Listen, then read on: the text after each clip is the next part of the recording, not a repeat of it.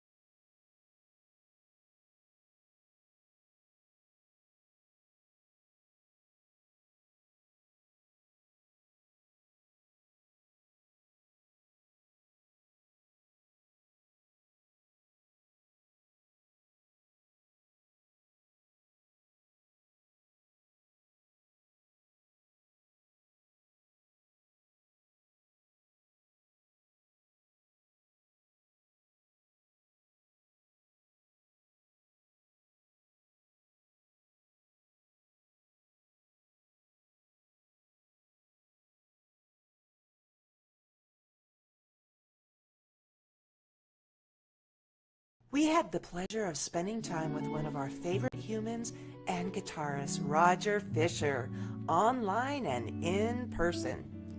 We talked about so many things that we broke into different segments for your viewing pleasure. First, we talk about love, forgiveness, and music on the river. A new chapter. You get front row access to his new home and studio. Then we talk about his humble beginnings, from just starting to learn the guitar, the infamous 8-ball story, his beginnings with Heart in Canada, and about having a dream. Yes, we talk about lessons learned, and you'll be happy to know that he's not perfect. That's right. His new studio is the Zen Zone. It mirrors our dream for sure, which brings us to this amazing One Vision project. All of us humans as one tribe. And we do want to mention, during the filming of this episode, Roger's brother was just diagnosed with cancer, and then he died shortly after that, and we want to do a special celebration of his brother, Michael Fisher. You don't want to miss a beat or a chord. Here we go!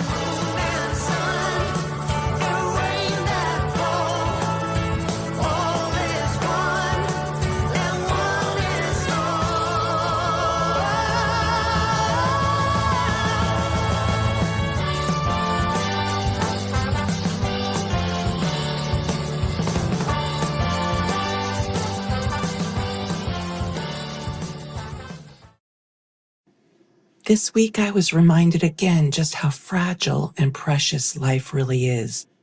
We pause to honor those we have loved but lost due to cancer. Life is short, so love fiercely, forgive quickly, and live full out. Love like there's no tomorrow. When you grow up with a brother and they help you through life, my brother's 8 years older than me. So he's been very instrumental putting me in the path of people that could help me in my music journey. Just like Michael was for his brother Roger, because he basically managed the band hard and engineered their albums and all that, so he was a big part. And we actually got Roger to talk to my brother on the phone because my brother's going through a difficult time. He has stage 4 cancer. And he didn't even know it at the time his brother was going to die a couple of days later. And he was speaking hope into my brother, and I'll never forget that.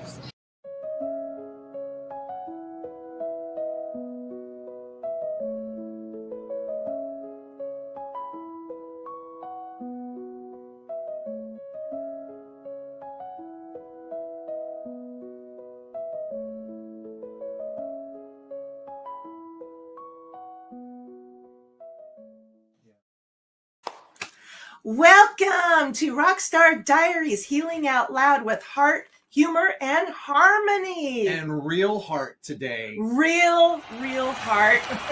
We are here with Roger Fisher, and we are so excited. The guitarist from Heart, he doesn't need an introduction. He's an amazing guy. You know, out of all the research that I've worked in for this episode, dude, you're a sweetheart.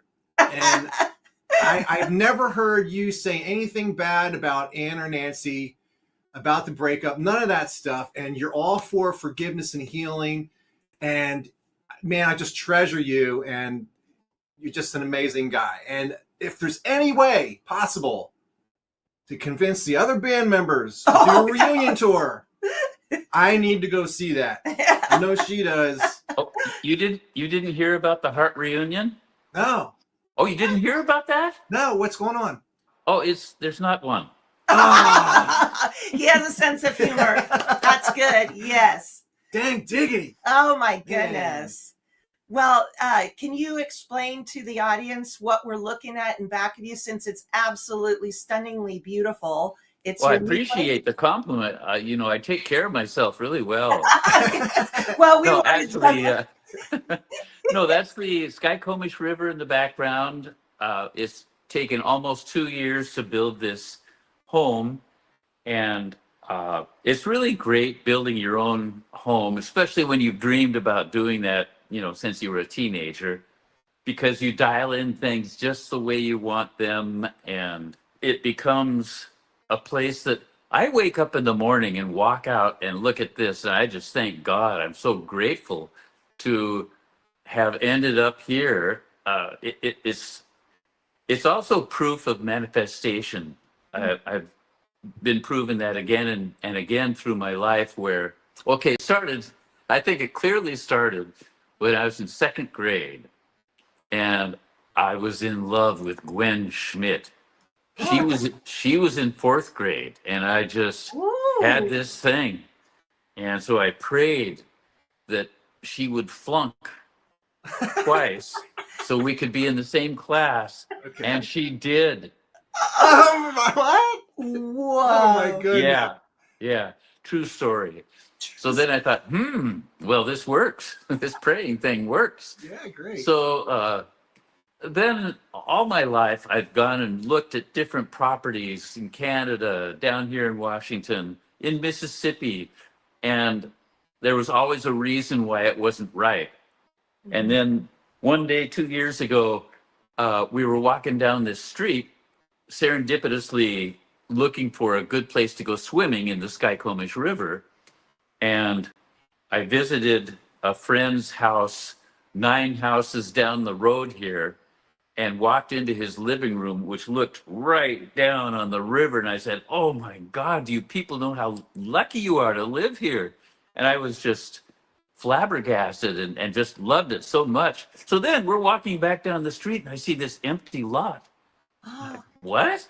Well, I get a hold of the real estate guy and make an offer, and we end up getting it. And so this is the place. So it's just great. And it's good to find it late in life when you've gone through so many of life's hurdles, that, the traps, the little things that can get you and put you off on a wrong track, to have already gone through that, so that now you can just settle down and live the life that a mature mind of wisdom dictates. Assuming that you've got some wisdom. I'm sure you have a lot of that. Wow. Oh my goodness. So I was in Seattle during the grunge era. I wasn't just a groupie. I was in the musician world there. Oh, you weren't just a groupie? I No, wasn't not just just a a groupie. groupie. I was playing along right with you. We lived in Kirkland when I was in high school. I went to Lake Washington High School, Kirkland, and lived right down the street from Ann and Nancy Wilson, their parents. So that was Oh, kind yeah. of a trip. I don't know if you remember that area. Oh, But definitely.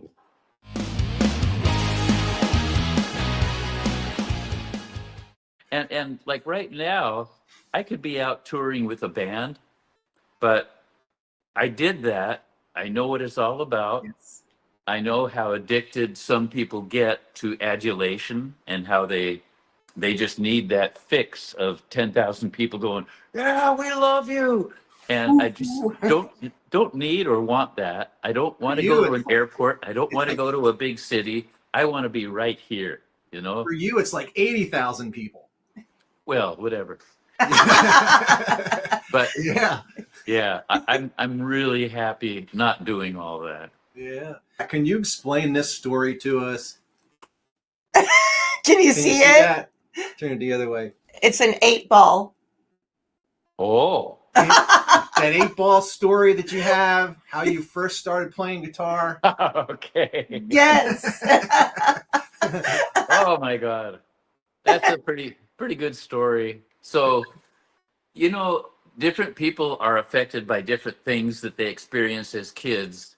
Some kid they'll have the fire truck come to school and you get to see all the fighting people, and that kid will go, boom, I know what I'm gonna do. And he'll live and breathe firefighting and the whole thing, and then that's what he ends up doing. Well, some people experience music in such a deep, profound way that they know that that's what they're going to do, and that's what happened to me at a young age. I didn't know that that's what I was going to do, but I knew that this feeling that I had from music was just incredibly strong. It was stronger than just about stronger than anything else, a pull, you know. My brother and I started going over to our friend's house after school, and he had his parents had rented him harmony guitar and a Silvertone amp, and he played around on it a little bit. And I said, "Can I try it?" And you know, within an hour, I could play better than him. Just you know, Mhm. horsing around and finding notes and melodies, and so that was really encouraging. And around that same time, I was hanging around with this bunch of guys that they were like the bad guys, and they clearly had a cool club kind of feeling about them. And they said, "Hey, Raj, let's go out and we're going to break into houses and stuff."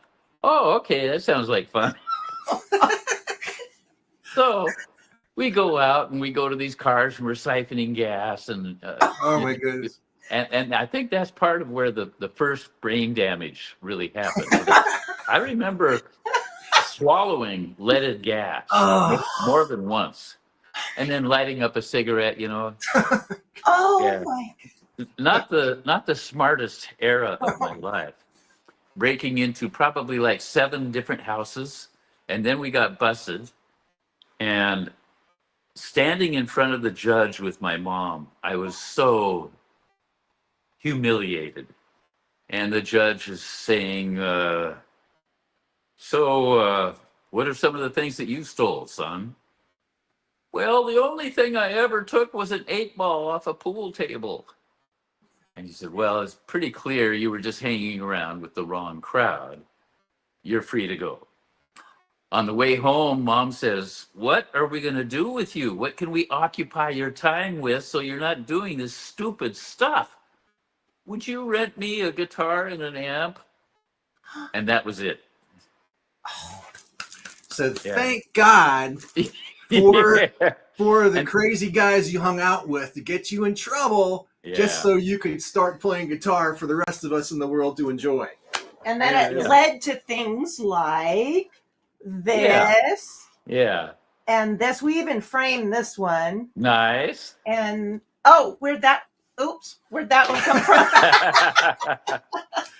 How'd So that that get was in there? How'd that that was a get in late there? that was a So late start for a musician starting their instrument at 15 years old. Mhm. So yeah, and I was all self-taught and just played by ear all the way through Heart. And then after I left Heart, I discovered, well, I mean, I thought, well, gee, I should probably learn some music theory. Mhm. So then started learning music theory and learning how to read music, and my mind just rebelled against that, and Ah, it still does. I've got enough knowledge of music theory to be able to survive in a group setting where you're saying, yeah, let's do this in E minor, a shuffle at 180 beats per minute, whatever. And then we're going to do a 1-4-5-2 progression. Okay, I got that. But anything beyond that kind of thing is over my head, which is contributes to a feeling of inadequacy and non-self confidence, which that's no fun. But so what a person like me ends up doing is getting uh, expertise at being able to hear and respond playing by ear, and having it 98% of the time be good. yeah. Yeah, but that other 2% is really painful. You're watching the Rockstar Diaries TV Show.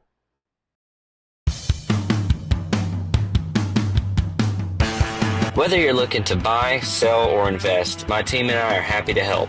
We work across all price points and specialize in helping clients relocate from anywhere in the country. Give me a call, 214-708-2450.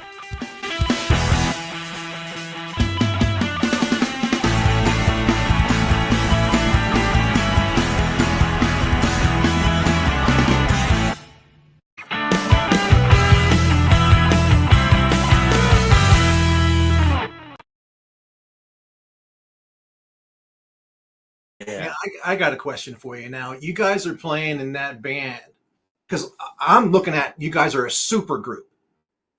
You guys are all great musicians. When did you actually realize that? Like, said yourself, yeah, this is a super group. Like, you evolved into that. Do you know when that was?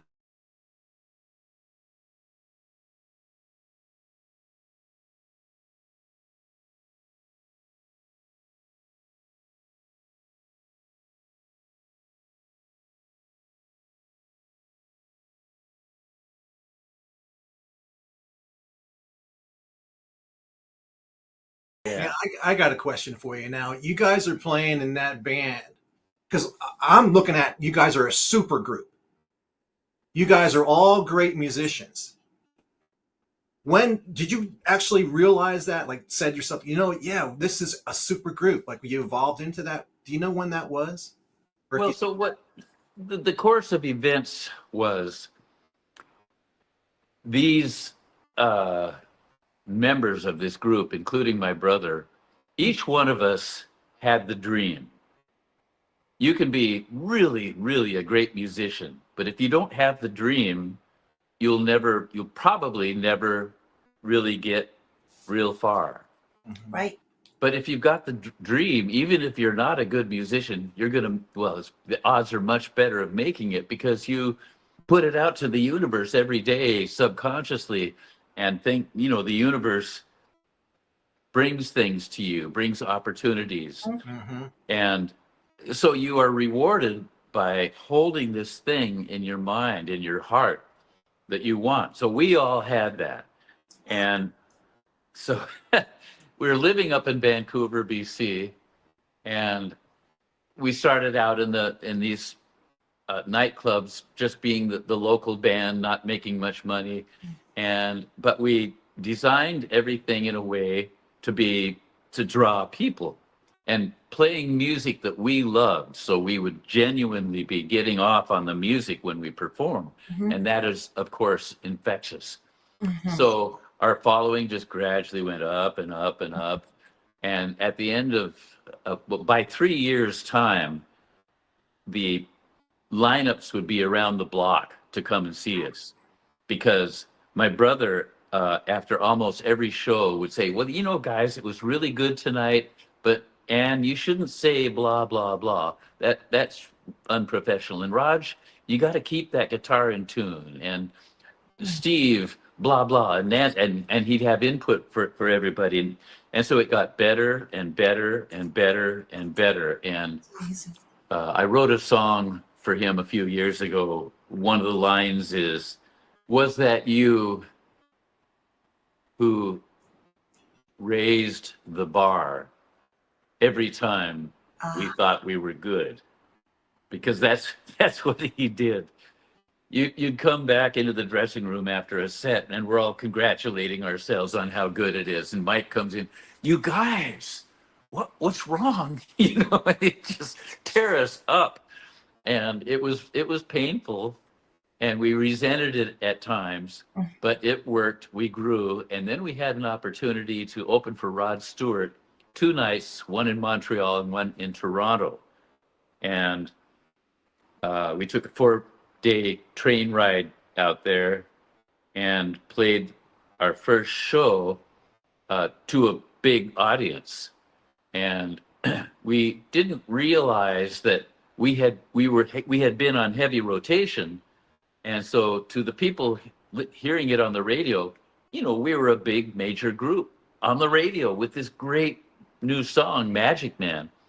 And so when we stepped on the stage, I think it was probably 18,000 people. They were just going nuts before we even played. And at that moment, I think we all realized, oh, this is what it's like. Yeah. And then, because we had spent 3 years playing 4 or 5 nights a week, 4 or 5 hours a night, honing our craft, we were good. And we just killed that audience. Then we got before the set was over, we got a message from Rod Stewart's manager. "Hey, you guys, can you extend your set a little bit? There's been a holdup at the border. We're not sure what's going on." Little holdup at the border. So, oh my gosh. yeah, so we had to extend our set. And so we could do that. And we just got them go higher and higher. And then it was time to quit. And then Rod Stewart came on and had to follow us. Well, a mutual friend who was there that night that was actually responsible for us getting that gig said he talked to Rod after the show, and Rod said, "Don't ever get a band like that to open for us again." Oh my goodness. You know, you're mentioning something. I'm sorry. You're mentioning something that's pretty wild. Is that you got extended to be able to play more, when usually, like, if a band's good like that as an opening band, they cut you off early, don't give you the lights or the sound that you deserve, you know, that kind of thing. And here you got extra time, which is great. Did you ever experience one of those situations you just too darn good and they just had to turn you off or anything like that? Mile High Stadium in Denver. I don't remember. It was probably 77. We're opening for Marshall Tucker. I think the Cars played before we did. Wow. And we're playing away, and we're really good. And they cut our power off. Yeah. No So way. we were so pissed. Yeah. So then something like 2 months later, we played in Baton Rouge with them, and it wasn't a very high stage, and there was this kind of flimsy barricade in front of the stage to keep the audience, distant, a 10-foot distance or something. Well, we just thought those guys are going to have a real hard time following us today, because we're going to be great. And we just played so hard, and we just killed them, and they broke down that barricade, and then Marshall Tucker had to follow us. Oh my goodness. It was good. Wow. We By have the way, I'm drinking Human Tribe tea here.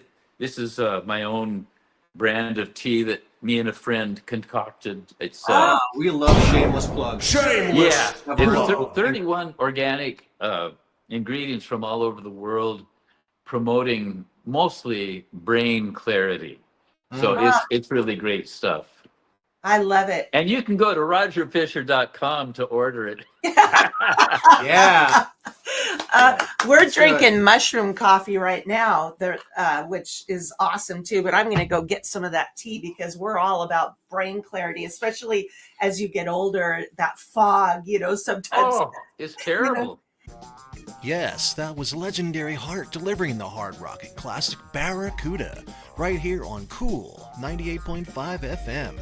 We're bringing you the decades of decibels. I am Sunny Sky, your DJ. Now, speaking of legends, Heart's original guitarist Roger Fisher is pioneering a new movement. He's launched Human Tribe Tea. Yeah, tea. But check this out, it has 31 different ingredients. That's more complex than a Dream Theater solo. It's good rock and roll and good for you. Find harmony at rogerfisher.com. Oh, let's hear from the gang. You're live on KOOL Radio. Who's calling? Yes, hello. Hello, this is Karen. I need to speak to your manager immediately. I tuned into your so-called rock show, and I did not hear Journey. I mean, how dare you? Carrie, this is a rock station, not a karaoke night at Applebee's. Excuse me, my name is Karen. Do you know who my husband is? He's in middle management at Staples. We deserve Don't Stop Believing at least twice an hour. And another thing, who is this Tiger Fisher? What kind of name is that? Is that part zoo or seafood buffet? Actually, Roger Fisher is a rock and roll Hall of Famer legendary guitarist. Well, unless he can play Freebird, I'll be calling corporate. And don't make me post about this on Nextdoor. This is harassment. I asked for the manager. And that, ladies and gentlemen, is why our show is called Cool. Breathe in, breathe out, and drink your Human Tribe tea before you're brain dead like her. Oops, did I just say that out loud? Cool. Just break the knob and leave it on here.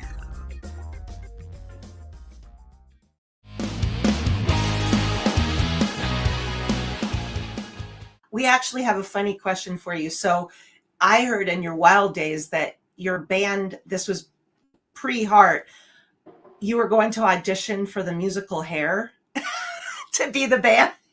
Yeah. Okay, now, but you trusted someone's leftover cocaine and it was laced.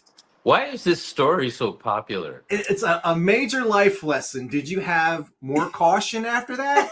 Oh, this was an amazing trip. So yeah, it was a big deal for our band at the time. With that band was named Heart. That was way before the Wilson Sisters. But we went down to the most popular nightclub in Seattle at the time to set up our gear and then do a sound check. And this show is an audition for Hair or Jesus Christ Superstar. Maybe it was for Hair. Is that right? Do you know? I think so. You said that before. Let's just say it's Hair. Yeah. And so it's really a big deal. And our manager has made this happen, and he's all excited about it. So we get down to the nightclub, and the waitress comes up to me, and she said, "Hey, Raj, somebody left some cocaine here. Do you want some?" "Oh, sure, that sounds like a good idea." So I snort this stuff up, and pretty soon I start to feel strange. And the men's bathroom has been locked up because there's some kind of failure of a toilet in there or something is being fixed. So I go into the ladies' restroom, and I'm sitting there on the toilet feeling stranger and stranger. And pretty soon I notice the floor is like kind of liquidy moving around. And Jimi Hendrix is playing through the PA system in the nightclub and coming through the walls. And now the music has become part of all the solidity of everything is now the music, and it's all just kind of moving around. Are you with me? Yeah, Yes. yeah, yeah. So- We're there.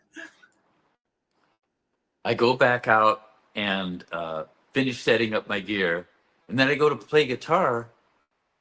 I don't know how to play guitar at all. There's no knowledge of how to play guitar. Holy shit. This is really scary.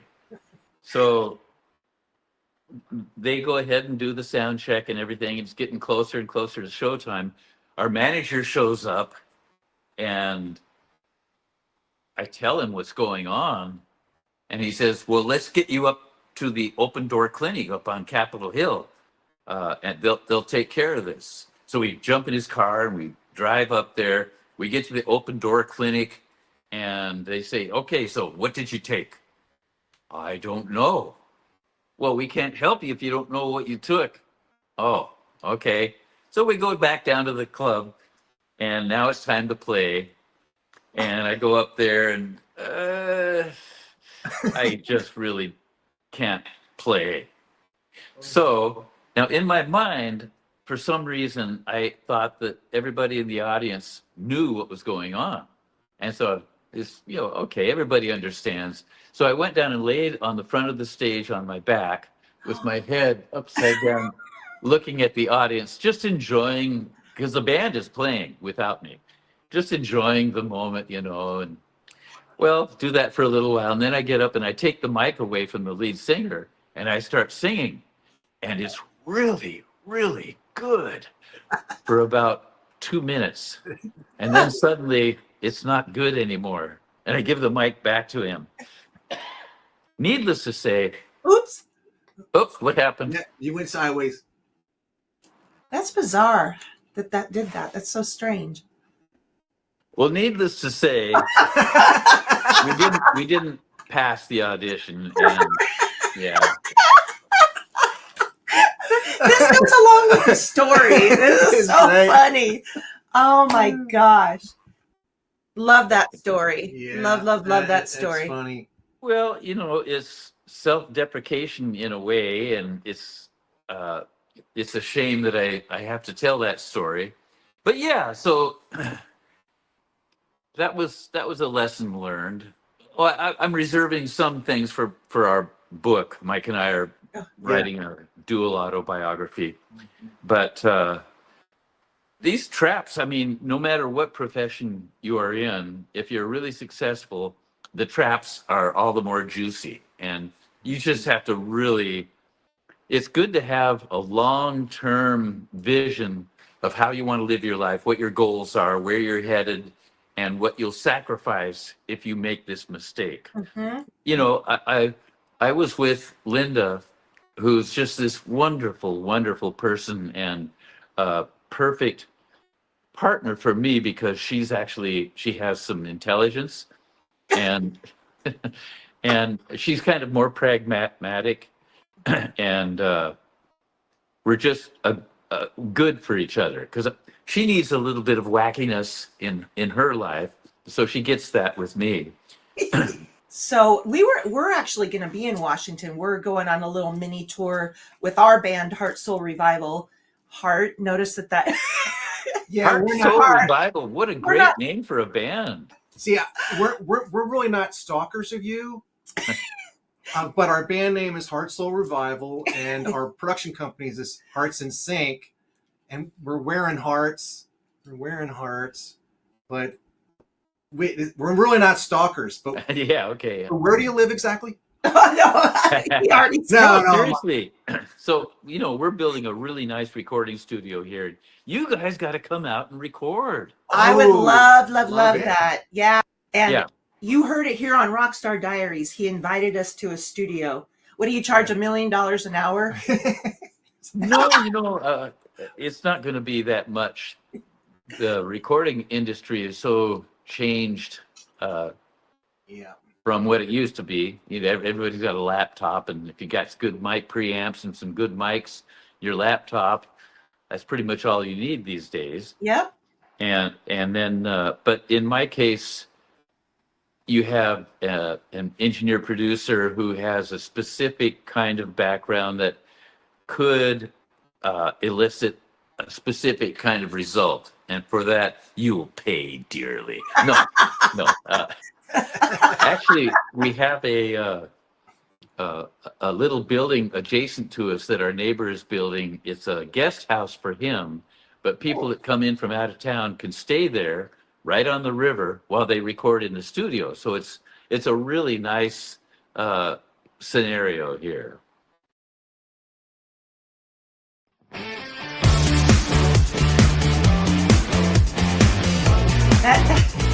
It's on my bucket. Well, you said, dream big, dream it, manifest it. It's always been a dream to have because we're music producers as well, songwriters, musician, music producers. For me, I didn't become one until COVID, and it was a necessary thing because they had closed everything down. But all of that to say, you're living my dream, because I want to have a recording studio that's in a Zen environment, that's not like right in the middle of a city, where you walk out to take a break and it's like, oh, like you smell car exhaust and things. So you're living the dream, man. I love it. The name of our studio is Zen Zone. Cool. Oh my goodness. That's awesome. Wow. Yeah, because the idea is you come here and you walk into the garden and you go, it just affects you in a really positive way because everything is arranged and growing and put in their particular places for the kind of undercurrent reason that it's promoting enlightenment. And when you go into our downstairs living room, there are objects and art from all over the world that should be inspiring you to think globally. And there's just a lot of really uplifting, inspiring things on the property. And the goal is to have somebody come here and be so uplifted that when we go into the studio, good things happen. So yeah, that's where we're headed. Yay. So we are talking with Roger Fisher, guitarist from Heart, Human Tribe. You're also in a band called Alias, and just amazing guitar player. I got a question for you. Recently, Ozzy passed away, and just want to know, did you ever meet Ozzy? No, but when we were rehearsing for the Rock and Roll Hall of Fame induction ceremony, our rehearsal space was right next to Ozzy's. So that's as close as I've come. Hey, you did mention Rock and Roll Hall of Fame, and you said that you just had one regret about that, and it has something to do with your brother. And Oh my God. so, and the reason why I bring that up, though, is that we want to celebrate your brother because I adore the relationship that you guys have. It's a testament to so many people out there. It truly is the strength and the love and everything. So if we just want to do a shout out to your brother, as well, like, because he was instrumental. Do you want to talk about that at all?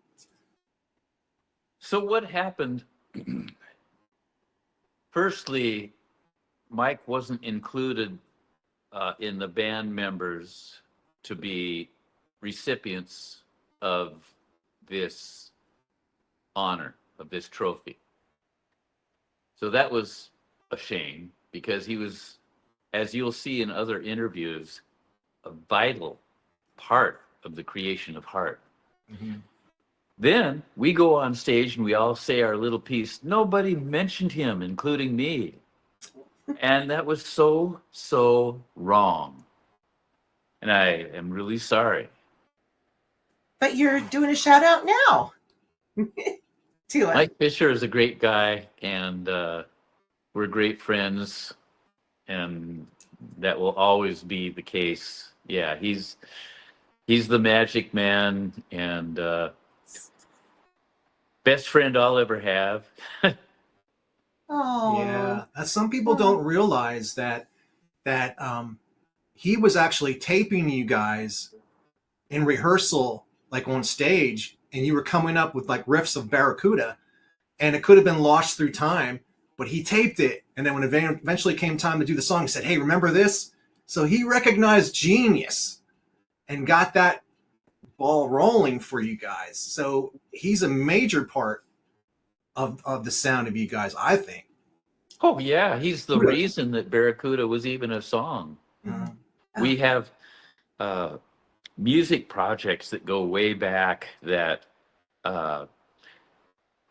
now that there are such advancements in immersive audio and 360 video, we're revisiting our old catalog of work that we've done together, and we'll be releasing that starting in 2026, totally enhanced and made up to the present standards.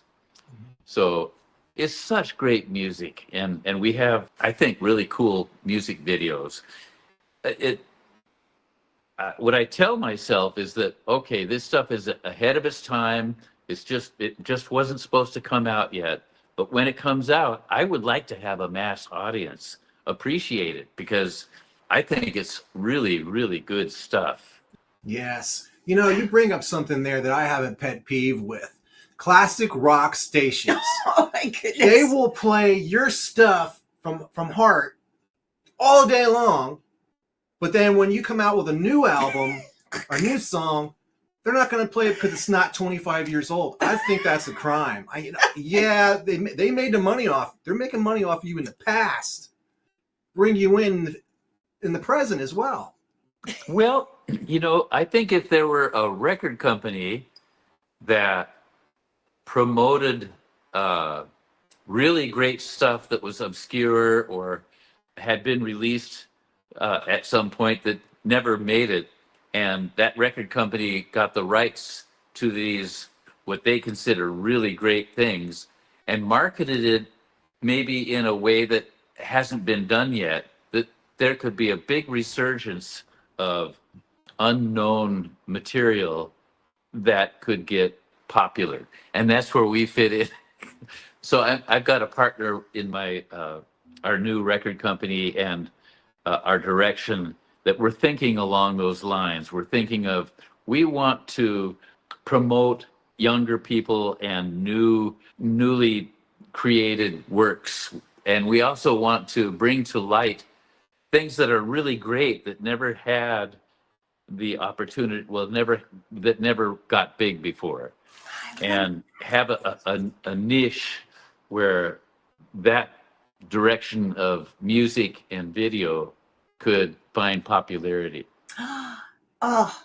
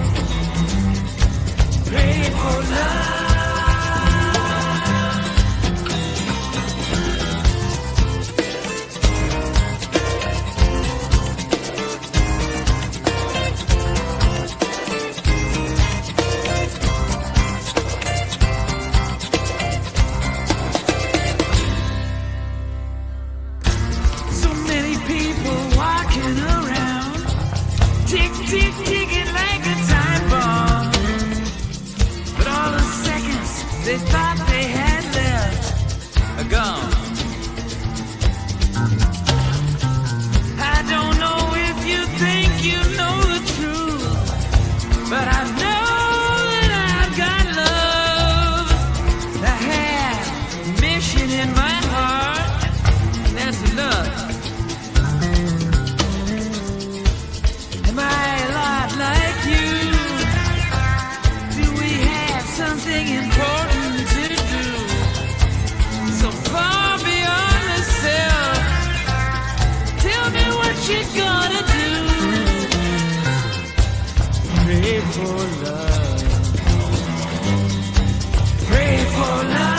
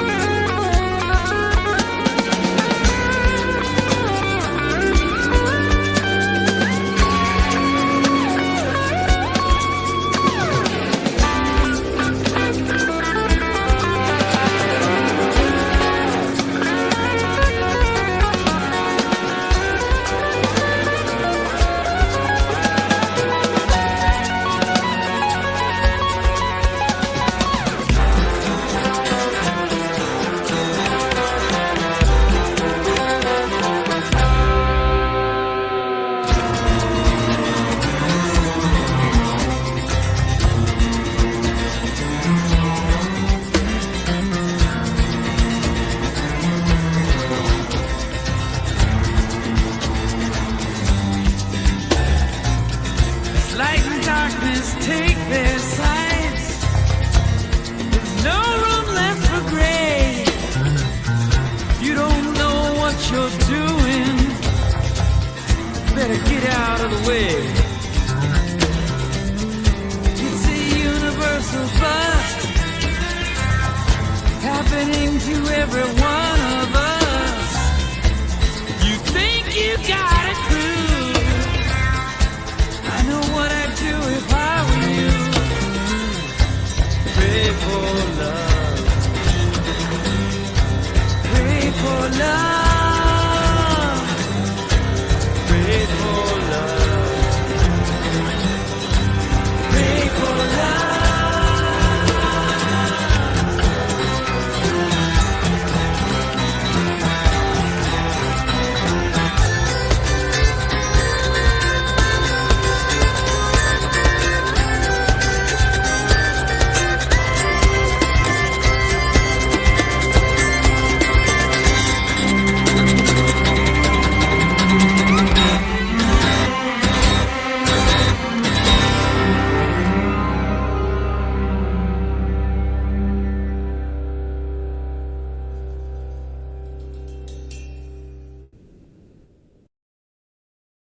No idea where to start with a podcast?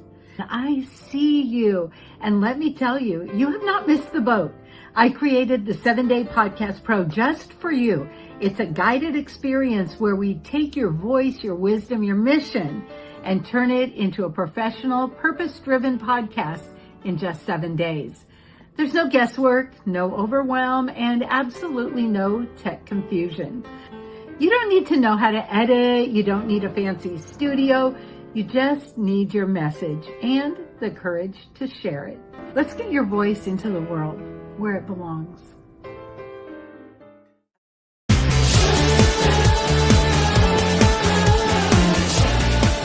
you and your brother, you're starting the One Vision project. Is that what you're talking about?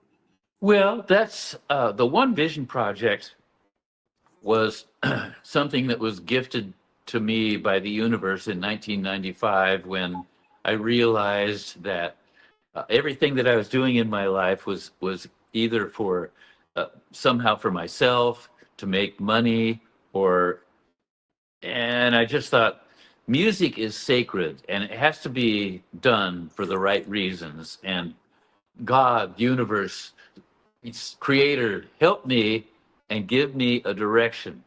What should I do that would give me the greatest I see. mental, spiritual integrity in making music. And within 2 weeks, I had the inspired vision for an album cover that consists of 4 different album covers that fit together and create one picture. And that will be called One Vision. Ah. And it's the One Vision Project. And the name of the band is the Human Tribe, because the reality is that there is only one tribe on Earth. It's not separated by countries, ethnicities, religions, governments. There's one tribe of humans, and that's it.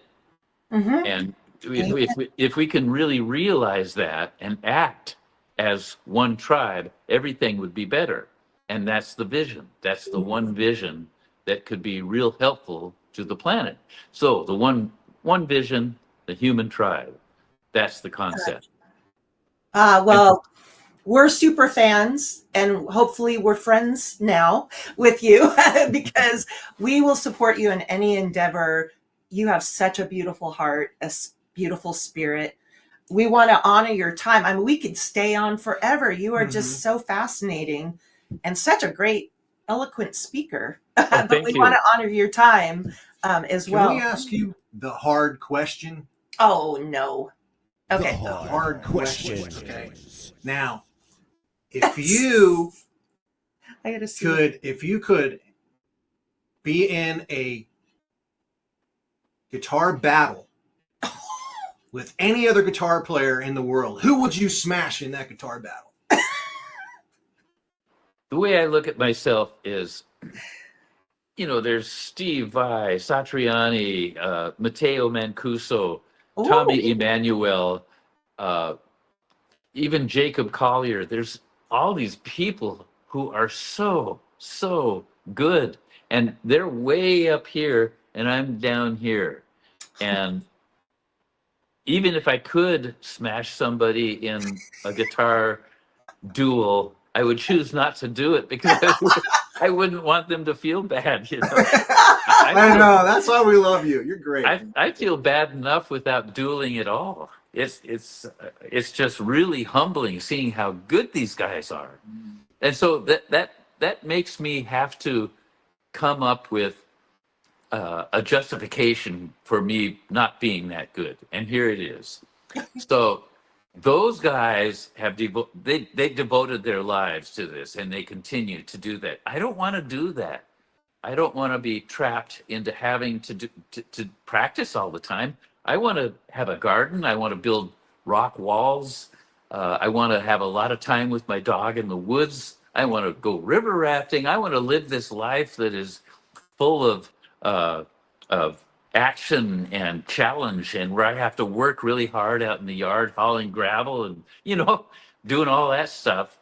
And I just don't want to do all that practicing. I don't want to learn all the intellectual theory involved in helping Pat Metheny and all these guys be so great. I just don't want to do that. So my justification is, okay, I'm going to mine what I have and always look for the things that I don't hear other places. And that will define my signature as a guitarist, as a musician. And so I do that. I sit down and I find this stuff that I've never heard before, so that when people hear me play, they should say, oh, that sounds like Roger Fisher. And that is enough reward for me to know that I've found a well of creativity that is original and my own, that I own because I dug it and mined it myself. And it doesn't have to be as good as Matteo Mancuso. The fact that it's real, it has the integrity of a person who is honest and is putting it out there, not to make money. That's not the bottom line.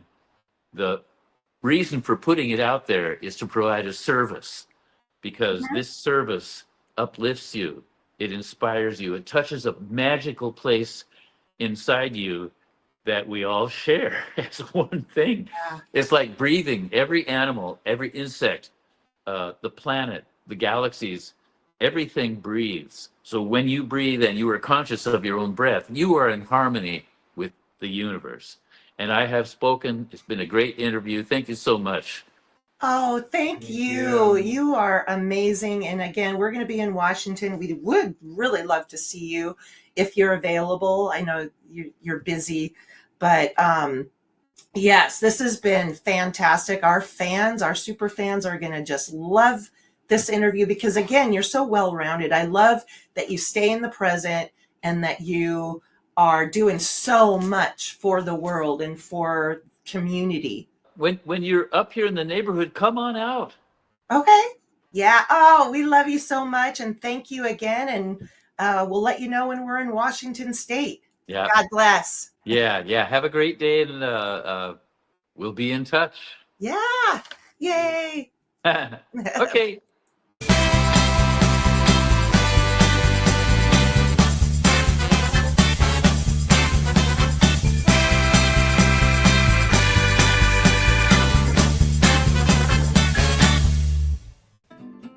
Cedar Ridge Acres. Soap. Why? 'Cause you smell good.